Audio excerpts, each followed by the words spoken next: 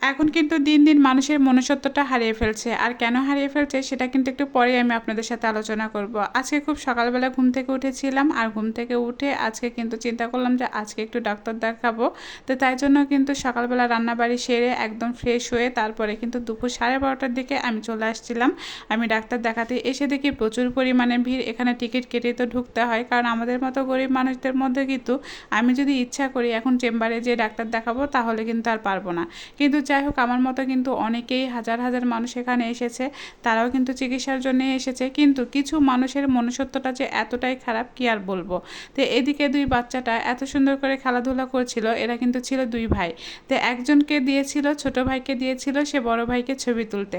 তো সে তারা মারামারি লেগেছে, সেগুলোই কিন্তু দেখছিলাম। আর এই যে যে লোকগুলো বাড়াচ্ছে এদের একটা কথা বলি, এই যে সামনে যে চাচাটা দাঁড়িয়ে আছে, এই চাচাটা ছিল সর্বপিছনে, মানে বসেছিল। চাচাটা কিন্তু দাঁড়িয়ে থাকতে পারছে না, খুবই বয়স্ক একটা মানুষ, খুবই বয়স্ক, আপনারা হয়তো বা দেখলে বুঝতে পারছেন। তাকে কিন্তু সামনে দেওয়া উচিত ছিল, আমরা সবাই মিলে সামনে দিয়েছিলাম। তখন চাচাটাকে না দিয়ে কিন্তু সবাই হুড়হুড় করে ঢুকে গেল, সবাই কিন্তু বের হয়ে আসলো। তো যাই হোক, পরবর্তীতে চাচাটাকে ঢুকানো হয়েছিল অনেক কষ্ট করে। আর এদিকে কিন্তু আমারও ডাক্তার দেখানো হয়ে গিয়েছে, আমি এখন চলে যাচ্ছি ওষুধ নিতে। তো যাই হোক, এই ওষুধ নিতে যেও যে এত কাহিনী হবে এটা আর বুঝতে পারিনি।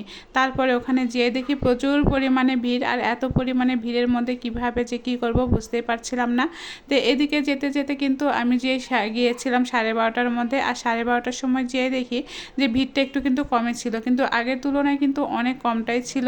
কিন্তু তাহলে যদি আমি 11টা বা 9টা 10টার দিকে আসতাম তাহলে কি হচ্ছে আরও বেশি ভিড় হতো। এই জন্য চিন্তা করি আমি প্রতিবারই যখন যাই তখন হয়তো বা 11টা বা 11:30টার মধ্যে এরকম সময় যাই। কিন্তু অনেক সময় আমি দুপুর পরেও যাই, মানে বাসায় সব রান্না বাড়ি সেরে সব কিছু সামলে তারপরে যাই, তাহলে কিন্তু আর কোনো টেনশন থাকে না, কারণ বাসায় আমি একাই থাকি। আর বাসায় সব রান্না বাড়ি যত কিছু করা আমারই করতে হয়। তো বাসায় কোথাও যদি যান তাহলে মনে হয় যে বাসার কাজের একটা টেনশন মাথার উপরে চেপেই বসে থাকে। তো এইদিকে এত বড় একটা লাইন ছিল, আর এই লাইনে কিন্তু আমিও দাঁড়িয়েছিলাম, আর সবাই কিন্তু অনেক ঠেলাঠেলিও হচ্ছিল। পিছন থেকে কে আগে যাচ্ছে কে পিছনে যাচ্ছে সেটা নিয়েও কিন্তু ঝগড়াঝাটি হচ্ছিল। তো যাই হোক, এখানেও কিন্তু অনেকটা ভিড় ছিল, আমিও দাঁড়িয়েছিলাম। আর এই ভিড়ের মধ্যে কিন্তু একে অপরের সাথে ঠেলাঠেলি করা একদমই অসম্ভব ব্যাপার, আমার কিন্তু একদমই ভালো লাগে না। তো দেখতে দেখতে কিন্তু প্রায় লাইনটা শেষ হয়েছে, এ কাকির পরে কিন্তু আমার। আর এদিকে কিন্তু ওষুধপাতি নিয়ে একদমই কিন্তু আমি একদম ডাইরেক্ট বাসায় চলে যাব। এই জন্যে বলছিলাম যে আসলে মানুষের মনুষ্যত্বটা এতটাই খারাপ যে সে কিন্তু পারতো চাচাটাকে সামনে দিয়ে, বা তারা কিন্তু হেল্প করতে পারতো তাকে, যে চাচা আগে আপনি যান তারপরে কিন্তু আমরা যাব। কিন্তু তারা না করে তারাই কিন্তু হচ্ছে আগে গিয়ে ডাক্তার দেখিয়ে বের হয়ে আসলো। এই জন্যই বললাম যে এখন কিন্তু মানুষের অনেক বিবেকটা কম হয়ে গেছে। এমনকি চাচাটাকে বলছিল যে আপনি লাস্টে আসছেন বা পরে আসছেন, আপনি পিছনে যান, লাইন বাই লাইন যান, এরকম। আচ্ছা, আদৌ কি মানুষ লাইন বাই লাইন যায় বলেন তো দেখি?